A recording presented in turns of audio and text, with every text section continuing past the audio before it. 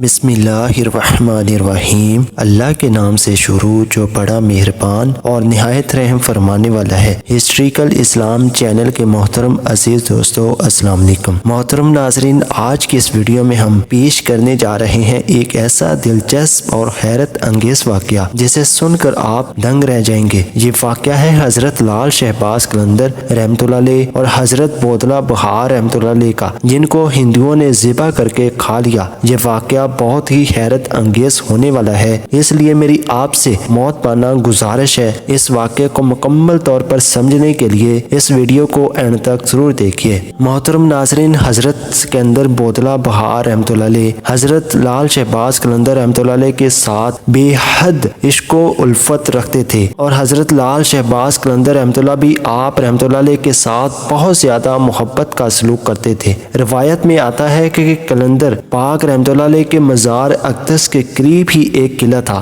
اس قلعے میں علاقے کا حکمران رہتا تھا، اس کا نام راجہ چوپڑ تھا، اور اس کے ارد گرد کے علاقوں میں وہ ظالم اور بد دماغ راجہ کی ظالمانہ داستان زد عام تھی۔ مشہور ہے کہ اس زمانے میں لوگ اس راجہ کے ظالمانہ اقدامات سے سخت بیزار تھے۔ اس کے ظالمانہ کارروائیوں کا زیادہ تر شکار مسلمان ہی ہوا کرتے تھے۔ اس کے علاوہ اس کا سلوک ہندوؤں کے ساتھ بھی کچھ مناسب نہیں تھا۔ سبھی لوگ اس کے ظلم و ستم سے بہت تنگ تھے، کیونکہ اس کے پاس بہت بڑی فوج موجود تھی۔ اس کی حکومت کے حدود میں کوئی ایک فرد بھی اس کی ظالمانہ کارروائیوں سے خوش نہ تھا، لیکن جو اس کے خاص لوگ تھے جن پر اس کی عنایات ہوا کرتی تھی، وہ لوگ اس سے بہت خوش تھے۔ انہیں ایام میں راجہ کو بتایا گیا کہ ایک مزدور شخص ہے جو حضرت لال شہباز قلندر رحمۃ اللہ علیہ کا اس قدر دیوانہ ہے کہ اس کو ساری دنیا میں یہاں حضرت لال شہباز قلندر رحمۃ اللہ علیہ سے زیادہ کوئی عزیز نہیں۔ وہ اکثر دیوانگی میں حضرت لال شہباز قلندر رحمۃ اللہ علیہ کے مستانہ وار نعرے لگاتا رہتا ہے۔ راجہ چوپڑ اکثر اس مجذوب کا ذکر سن چکا تھا۔ اس نے معلوم کیا کہ وہ مجذوم شخص کون ہے۔ اس کا پتہ کرو کہ حضرت لال شہباز قلندر رحمۃ اللہ علیہ کا مرید ہے اور ایک مزدور شخص ہے۔ راجہ چوپڑ نے حکم دیا کہ اس کو میرے پاس لایا جائے۔ جب حضرت سکندر پوترا پہار کو راجہ چوکڑ کے سامنے لایا گیا تو راجہ چوکڑ نے اس سے پوچھا، کیا تم ہی ہو جو حضرت لال شہباز قلندر کے نعرے بلند کرتے پھرتے ہو؟ اس مجذوب اللہ والے نے جواب دیا کہ ہاں میں ہی ہوں جو نعرے لگاتا ہوں، میرا مرشد لال سائیں ہے۔ یہ کہہ کر اس مزدور نے ایک بار پھر دیوانہ وار نعرے لگانا شروع کر دیے۔ راجہ چوپڑ نے معلوم کیا کہ اس کا نام کیا ہے تو راجہ کو بتایا گیا کہ اس مجذوب کا نام سکندر پوتلہ ہے۔ راجہ چوپڑ نے حضرت سکندر پوتلہ بہار رحمۃ اللہ علیہ سے کہا، یہ لال شہباز قلندر نعرہ مت لگایا کر۔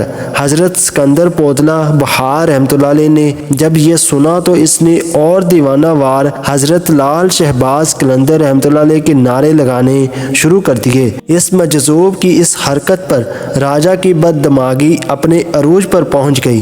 اس نے حکم دیا کہ اس مجذوب کو ذبح کر دیا جائے اور ذبح کر کے اس کا گوشت کھا لیا جائے۔ یہ ایک بہت دہشت ناک اقدام تھا کہ گوشت کو پسند نہ کرنے والی قوم کو راجہ حکم دیتا ہے کہ گوشت کھایا جائے، اور وہ بھی ایک انسان کا، مگر گوشت کھانے والے بھی وحشی درندے تھے۔ ان کو صرف یہ خوشی تھی کہ وہ ایک مسلمان کا گوشت کھا رہے ہیں۔ ادھر جناب حضرت سکندر پوتلہ بہار رحمۃ اللہ علیہ کو ذبح کیا گیا اور ذبح کر کے ان کا گوشت پکایا گیا اور گوشت کو کھایا جا رہا تھا۔ ادھر لال شہباز قلندر رحمۃ اللہ علیہ دیوانگی سے دمال ڈال رہے تھے، اور دمال ڈالتے ہوئے صرف سکندر پوتلہ بہار رحمۃ اللہ علیہ کو پکارتے تھے، اور جناب سکندر پوتلہ بہار رحمۃ اللہ علیہ جہاں کہیں بھی ہوتے اپنے مرشد کے قدموں میں پہنچ جاتے۔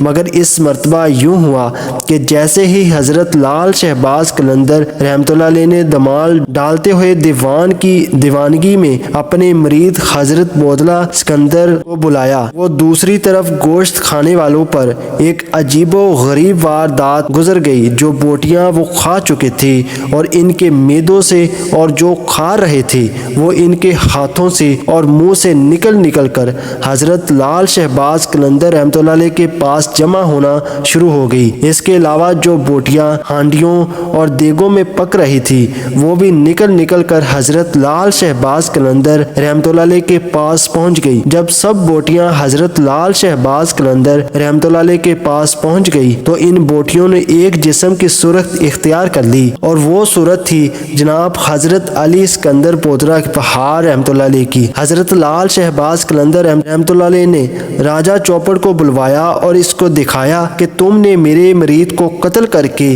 اپنے ساتھیوں کو کھلا دیا تھا، مگر دیکھو یہ کھڑا ہے۔ اسکندر پوتلا بہار راجہ چوپڑ یہ دیکھ کر ایک لمحے کے لیے گھبرا گیا، مگر اس نے معذرت کرنا گوارا نہ کیا۔ جن ظالموں کی بدبختی نزدیک آ جاتی ہے تو وہ اپنی بد اعمالیوں پر شرمندہ نہیں ہوا کرتے۔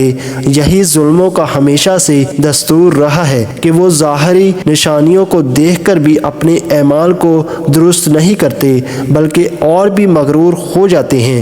یہی کچھ راجہ چوپڑ کے ساتھ بھی ہوا۔ راجہ جھوٹے حضرت لال شہباز قلندر رحمۃ اللہ علیہ سے کہا کہ میں نے اس مجذوب کو اس لیے قتل کروا دیا کیونکہ میرے محل کی ایک دیوار میں ایک کھڑکی ہے جہاں اکثر میری بیٹی بیٹھا کرتی ہے اور اپنے بالوں کو سنوارا کرتی ہے۔ اس کے بالکل سامنے یہ مجذوب رہتا تھا اور میری بیٹی پر عاشق ہو گیا تھا۔ جب مجھے معلوم ہوا تو میں نے رسوائی سے بچنے کے لیے اس کو قتل کروا دیا۔ راجہ چوپڑ غرور میں آ کر حضرت اسکندر پوتل بہار پر یہ جھوٹ باندھ دیا۔ حضرت لال شہباز قلندر رحمۃ اللہ علیہ نے راجہ چوپڑ سے کہا کہ تم کو اس کام کا نتیجہ بھگتنا پڑے گا، مگر راجہ چوپڑ آپ رحمۃ اللہ علیہ کو الٹا دھمکیاں دے کر اپنے محل چلا گیا۔ محل میں جانے سے پہلے آپ رحمۃ اللہ علیہ پر اور آپ رحمۃ اللہ علیہ کے مریدوں پر بھی بے جا الزامات لگائے۔ اس کے چلے جانے کے بعد حضرت لال شہباز قلندر رحمۃ اللہ علیہ نے اپنا کاسا پلٹ دیا۔ دیکھنے میں تو یہ کوئی بات نہیں تھی اور نہ ہی آپ کے پاس بیٹھے ہوئے عقیدت مندوں نے یہ محسوس کیا،